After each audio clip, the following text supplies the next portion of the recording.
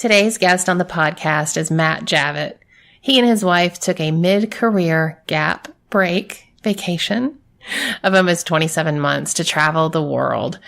And in doing so, a lot has changed for him and his wife, and they've learned a lot about the world, obviously, but themselves and kind of how they want to live going forward. It was a great interview. I learned a lot, some really great advice toward the end of the podcast about when riding a bus in another country.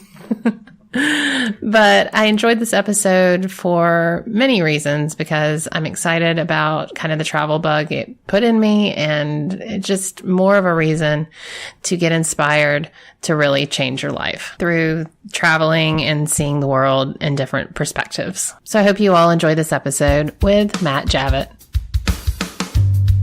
Welcome to the Same 24 Hours podcast with Meredith Atwood. We all have the same 24 hours each day, and it's what we do with those hours that makes all the difference between our health, happiness, and success.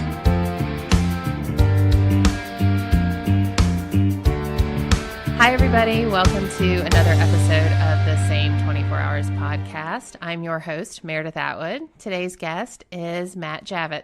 Hi, Matt. Hello, how's it going? It's good. It's good. So where are you calling from? I am currently in Tasmania, Australia. I always thought that was not a real place. When my wife and I got here, I told her, I was like, honestly, I thought Tasmania was in Europe somewhere, but Right. Yeah, Right. Yeah, but So yeah, how is it's Tasmania? a small island. Oh, it's gorgeous. A lot of wilderness. We had a chance to see kangaroos and just a lot of wildlife yesterday, and gorgeous mountains, super crisp air. It's amazing. It's very peaceful. The whole island. So it's an island south of Australia, and the whole island only has about 500,000 people. So it's amazing. Yeah. So aren't kangaroos like rodents over there? Yeah. Well, they're massive. First of all, Are they just look like big muscles. Yeah, they're huge. But yeah, we haven't seen that many of them out yet. We're hoping once we go to the north side of Australia, we'll see a bunch of them more in the wild. But yeah, they're supposed to be everywhere, but we haven't had that experience so far. We just moved to Kansas, and one of the first weeks we were here, my daughter and I were driving by a baseball field, and there were like a million geese. And so she and I were from Georgia, so we like pulled on the side of the road and looked at all these geese. Wow. And I did like a Facebook or an Instagram live, and all the locals were laughing at me on Instagram. They're like, they're everywhere. They're like squirrels. It's not a big deal, but to me it was cool because we don't see a lot of geese in Georgia. Yeah, and I'm a Midwest guy too, from Indianapolis, and geese are, man. Yeah, and then people got really bitter about them. Like, they're disgusting, and they bite, and they're mean, and they poop everywhere. Yeah, we had two small dogs, and they would attack our dogs, and they're loud, and See, yeah. You don't like the geese either. Yeah, totally different. Yeah. Well, thanks for taking the time out of your busy travel schedule to talk to me. So let's tell everyone a little bit about what you and your wife are doing. Yeah, so my wife and I are currently in the midst of 27 months of full-time travel. We left the U.S. in February of 2017 with the goal to travel as long as we've been doing. And we come back to the States in May after being in 35 countries and over 100 cities around the world.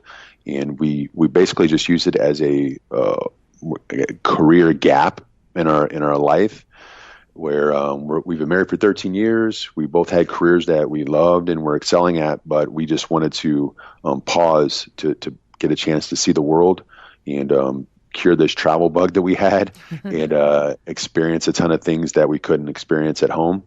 And so that's what we did, and we lived out our goal and our dream, and now we're coming towards the end of it after being on the road for over 2 years. Does this have a title, this new like break in the career thing, to take a breather and then go back? I feel like it should have a name. Yeah, I think people are calling it career gaps. Gaps. I call it basically a mid-career retirement. Yeah. Because the idea is we think we'll be working until our 70s, but so we didn't want to just save over money and do kind of the traditional thing of retire then go see the world when we're in our 60s or 70s. We wanted to use our savings, so we basically drained our savings and go back and start over. I'll be 43 next month, and Nikki's in her late 30s, so we'll definitely have to get back after it and pick up careers where we were and start making money again. But yeah, that's how the hope is to kind of live out these experiences instead of continuing to dream about them later in life where it's harder to travel because of just health reasons. We're blessed right now where everything is in good order health-wise, and we can make this experience happen. And we were both on the same page of travel is really important. And then we can take these experiences and then apply them to our next chapter of life. And maybe that'll change our outlook in these next 20 years instead of waiting to have these experiences. Do you feel any rush or sense of urgency to save again? I mean, does that make you nervous at all, or has this changed you, this experience? I've always been on the more aggressive side of that. Nikki is more conservative when it comes to that mind. I guess that thought process. I've always been, hopefully it's not arrogance, but it's more like confidence that if you have value to provide, then there'll be a way to make money. Mm-hmm.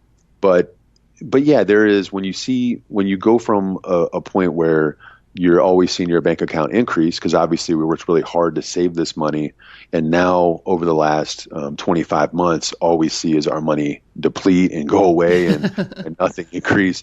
So that it does give you a bit of anxiety. Yeah. And now we're excited to be able to start making money again and bring value back in the market and do those things. But I don't know. I've always been kind of like, it'll work out. If you work really hard and you provide it and whatever industry you're in. So I was in technology sales, which from a pay standpoint can be a great place to be in if you work really hard and you outwork people and you line things up. So that's what I've always put myself in positions where if I give a lot to the job, then I can reap the rewards because I've always been in sales. So there's really not as many ceilings where, so if I can just outwork people and outthink them and bring everything I can to the table and put in more hours, then I can achieve those things. Where sometimes traditional jobs, if you know what your pay is going to be at the end of the year, no matter what, then you have to take a more conservative approach. Sure. If that makes sense. Sure. Yeah. So we had talked offline, literally, about the concept of hustle and how that changed for you being in sales, working harder, working faster. But once you went to some other countries, how the concept of hustle changed. Yeah. So that's what I was just describing, the idea of putting in 70, 80-hour weeks to basically shorten the time of learning a particular trade or craft, whether it's sales or whatever thing you're trying to learn. And I used to term that as hustle. And in America, we toss that word around a lot, like people are getting their hustle on. But after traveling the world for these 2 years and getting to really see what people are doing, when you see 4 and 5-year-olds on the streets of India with literally their own small shop selling things as a parent is walking around selling something as well. And those kids working hard because they have to for their families. Or when we were in Vietnam, we talked to a local that was helping raise money for children because the kids there they had to make $2 a day for their families. So that brought them away from education because they had to earn this money for their families to survive. We were talking about 8 or 9 and 10-year-olds. And then very old women, whether it's Cambodia or Thailand or parts of Peru, where they're in their 80s and they're selling sandwiches or they're selling T-shirts or whatever it is on the streets to make money so they can survive because there's no social system. Those, to me, now that I've seen all that, like that is true hustle. Like that is when you're doing it to survive. That's a different level of hustle where we in America, we have a 50-hour work week and we're having a cocktail on a Friday and we're like, oh, that was a hustle week. It's like, you have no idea. And it's really corrected my frame of thinking on it as well. So how hard is it going to be after it will be 27 months of travel to come? Obviously, to come back to the real world will be difficult, but the conversations that you're going to have with people, I'm sure you've already maybe had some, but what are some of the things you anticipate? It's definitely concern. It's something we think about because our viewpoint has changed, and hopefully, I guess the way that I'm looking at it is because we're getting close now. We're getting really close to going home and having those conversations. And luckily, we've met friends on the road from time to time where friends from America are traveling, so we'll get a chance to meet them out and visit with them. And it's you tend to want to listen more and not have opinions because we don't want to be judged on our opinions because we're going to be viewed upon a certain way because now we've traveled. We don't want people to think like, oh, they're the traveling couple. They think they have all the answers to the world now.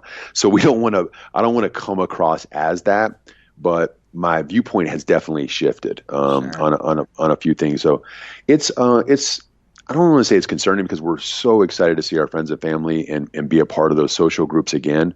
But it's one of those things that we're going to be aware of that we don't come across a certain way because we don't want to be judged upon shifts in our ideology if it has shifted in certain ways. So just, I guess, I don't know, I'll probably be tentative and just listen a lot more and shake my head. But if I disagree on certain points and my opinion's asked, I'm definitely going to talk about it. But I don't know. It's one of those things where you don't really understand.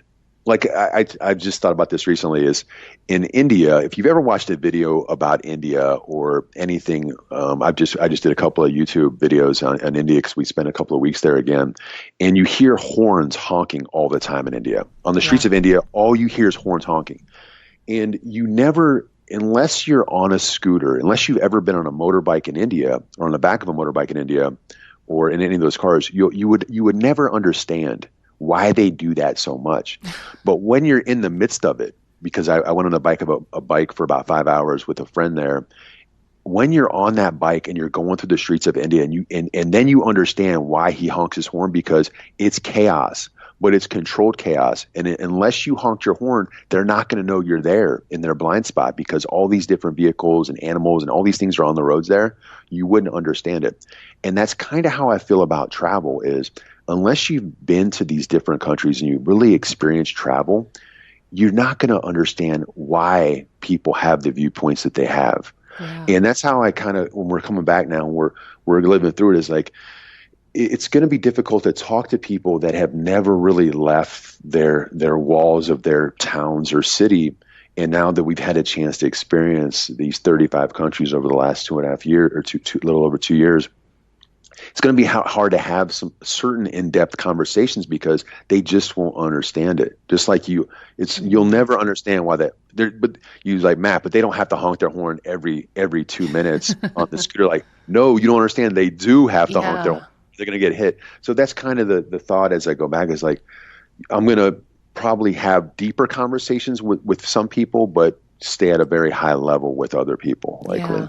It's really good advice for life, though, to just listen, because imagine if, everyone did that. But it's so true. I mean, I have not traveled the world anywhere close to what you have, but I know just, I can take the sport of triathlon, for example, and just having a conversation with your friend when you're both beginners, say, in the sport. Yeah. And you just chitter chatter about certain things. And then now that I've been in it, almost 10 years and done all the long stuff, it's just a different level when you talk to a beginner. You almost forget what it was like. You can't unknow what you know.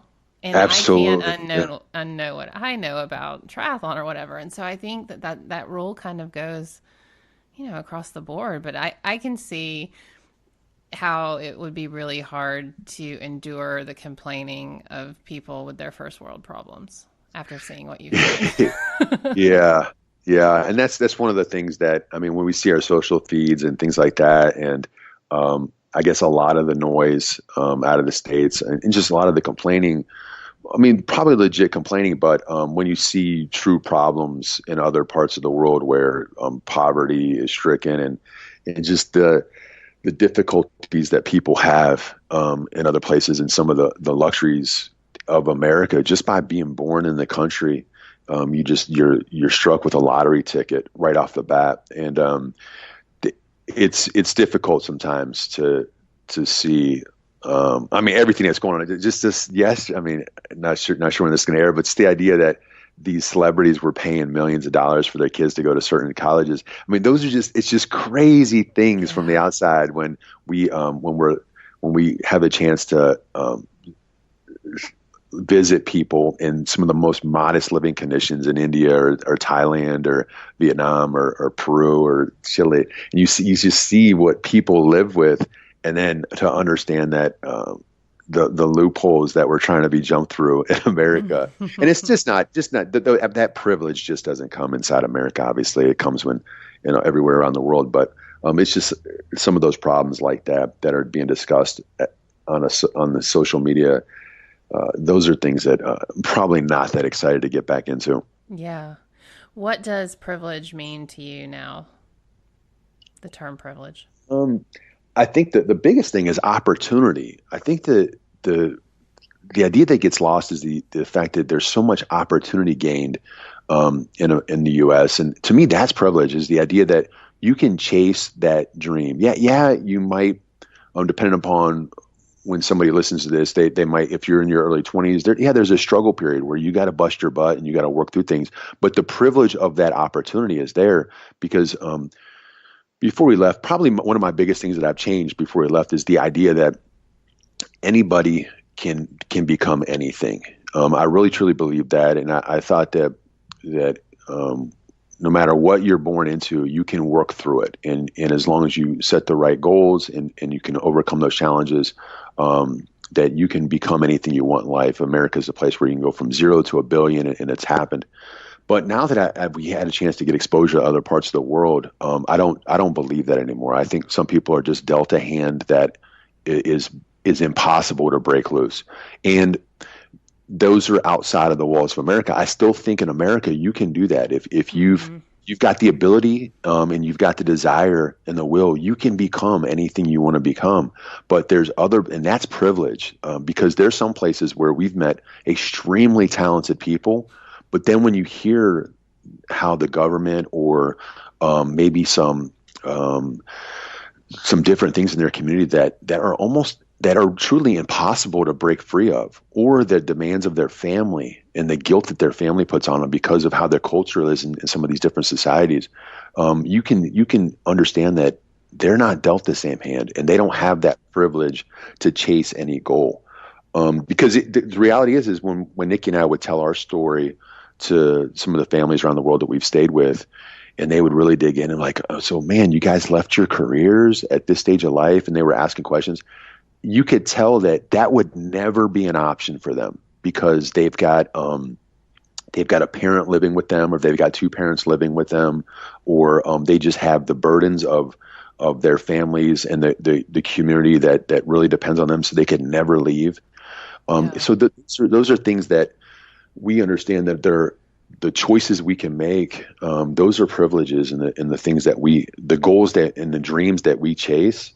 Not all places have that ability to do that. So what are some of the hardest things that you and I know you guys have seen some great things, and you've done some really fun stuff too, but and I don't mean to be a Debbie Downer, but what are some of the hard things that you've seen? So the whole journey has been amazing, and I that's what I always like to repeat it, because we don't take anything for granted. This has been a dream come true. It's been more than we could have ever imagined, and it's been amazing. But some parts it's been enlightening as well, and there's been sadness at times. We volunteered with an orphanage in southern India. It's called a region called Kerala. And part of our journey, I reached out from time to time, and I just find either community leaders or church leaders and just say, hey, we're in the region. Part of my upbringing was sports. I played Division I basketball. Sports has always been a big part of my life. Nikki as well. She was in gymnastics. So I believe sports can really change kids, and adults as well. But I think kids do that discipline, a goal, the teamness of it, being accountable. All those things are really important. So I really thrive on sports. So we would go to these different towns, and I would reach out to the different people, community leaders, and just say, I'd like to purchase equipment or some sort of sporting equipment. Also, we'll buy some books and stuff like that. But what do you guys need? And in the Kerala, India, this orphanage, they had 55 boys from the ages of they're 11 to about 15 years old in this orphanage.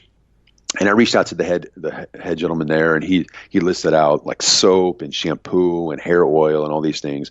But then we also had a chance to buy like basketballs and soccer balls and cricket gear and stuff like that.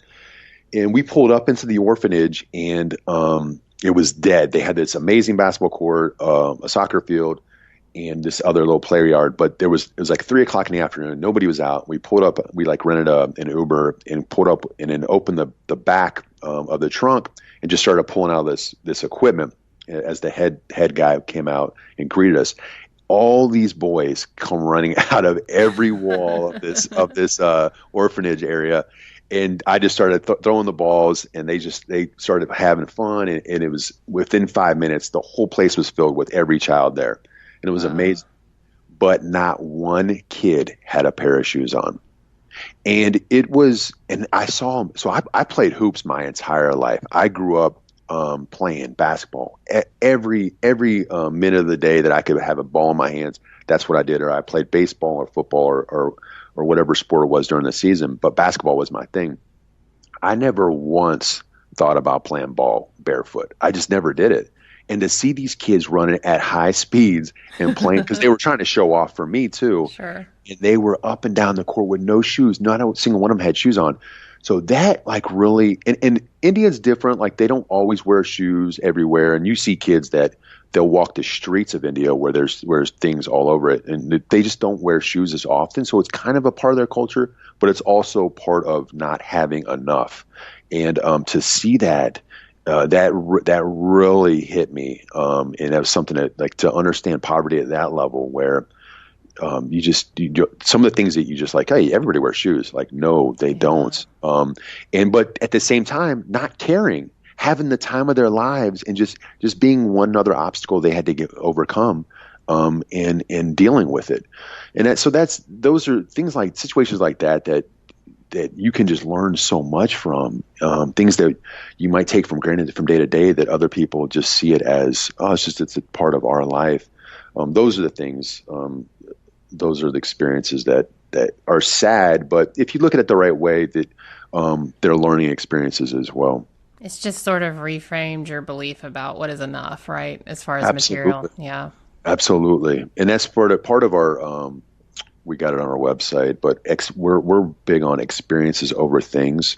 Not that we're minimalist, because minimalist is like they live to an extreme, but Nikki and I we're not big on buying a lot of stuff, period. But that it has really made us think about, you really just don't need much, because the people that have been probably the most inviting, as we've traveled, we've had the opportunity to stay with a lot of different people, and people have been inviting from all different classes of life. But it's weird that even though some of the poorest people don't have as much, they'll be the ones often the quickest to say, hey, why don't you come back to our house and let's have a coffee, and let's just talk. When you go into their homes, they're extremely humble, I guess, minimal living standards, but they're the ones that want to be the most inviting to you. And that's not in all cases, because we've had a chance to stay with some people that come from a lot of money as well. But it's a lot of times the ones that are the most welcoming have the least. Yeah. So where would you recommend that someone go for a first-time world travel adventure? Well, if with kids, let's start with kids. Yeah. So if you had children and you've only been in America, I would highly recommend. I think Europe is the easiest way to get that travel bug. That's where I got introduced. My first time, it was Istanbul, Turkey, but which is on the border of both Europe and Asia. But first time I saw that, I was done. I did that in my mid-30s, and once I saw how different the world was, I came back wanting to see so much more.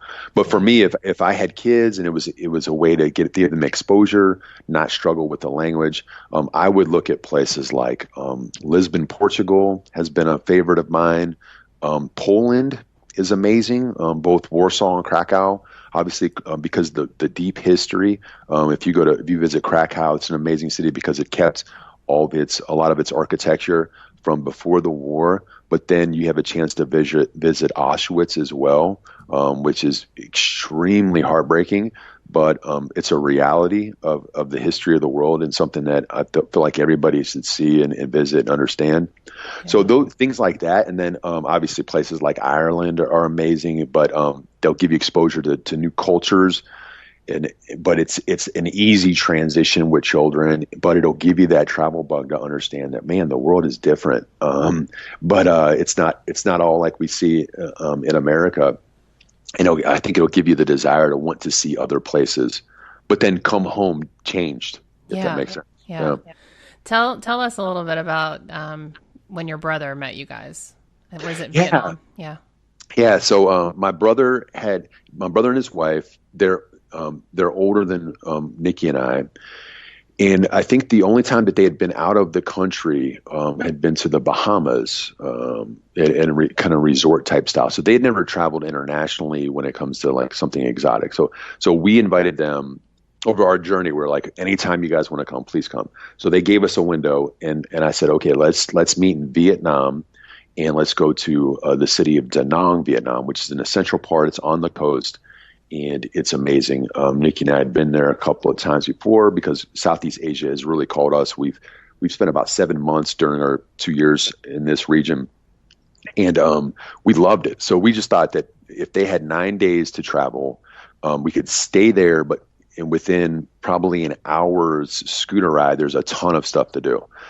So my brother and his wife came, not knowing, I had no idea how the experience would go because they had never done anything like that, but they were both amazing travelers, and we took the scooters out a bunch of places. We saw monkeys. We saw the great sights. We actually bought a couple of suits together because Vietnam makes amazing suits at discount. Oh my God, yeah! You can get custom made. We had tailor-made suits that. I guess that makes sense. A lot of our imports are Vietnam when you look at the clothes. Absolutely. And if you look at any of the good bags you have, a lot of them say made in Vietnam. So brands like North Face, Columbia, a lot of them are there. So they've got these great facilities to make amazing clothes. So you can go in these tailors, and because they have all the fabric there, the fabric is not from Vietnam, but they have all the fabric there, but they have these amazing tailors that do all the work and stitching. So we did that, and we just had a chance to see different parts of that region and really take it all in and visit with locals and go to local markets. So everything that I had hoped to accomplish, and the weather was absolutely perfect. It was in the 80s. So everything that I had hoped it would get out of it, it actually was even more, because he left saying, oh my God, this is amazing. And we had all these shared memories together. And now by the time he was going home, he was like, how do I come back here? How do I come back? I just talked to him again just a couple of days ago, and he was just saying, like, dude, I miss Vietnam so much. So that's it, is like, that was his first exposure. Everything went really well, and they went home thinking, okay, how can we do this again? And for me, as an avid traveler, to experience that with my brother, and now know that in the future, I could, if I'm thinking about going to Colombia or Jamaica or different places that are on my bucket list, I can invite him, and he might actually think about it. Because before, it was always like, dude, why do you want to go to Brazil? Like, what's in Brazil? And I'm like, you just don't understand. If you go, you'll understand. And so now he gets it. Like, we were out on the scooters one day, and he's just in Vietnam. He's like, Matt, I get it. I get why you guys did what you did now. I see why you guys love traveling so much. And I was like, I've been trying to tell you, this is how amazing it is in other parts of the world. And it doesn't mean that America is not great. It just means that there are other places that are just as great, and that you can take experiences from and change the way that you view your hometown back home. Yeah. So what about haircuts overseas? Yeah, that's funny. Yeah. So a part of our process, because both Nikki and I were both very type A people, and we wanted to just continue to get value in some way. So we first initially started a blog, and then a year in, we did a podcast, and about 6 months later, we started a video series called World Barbershop Adventures, where I was getting all these amazing haircuts in different countries. And then I was actually in Budapest, Romania, getting a haircut, and I was talking to the barber, and he was asking me all the places I'd been, and I was telling him about the guys in Hong Kong and these dudes in Peru and all these different haircuts I had gotten. And he was excited. I was excited. And I went home that day from the barbershop after my cut, and I just told Nikki, I said, hey, I think we should make a video series on my experiences in the barber chair, but then also give a cultural flavor to the videos as well.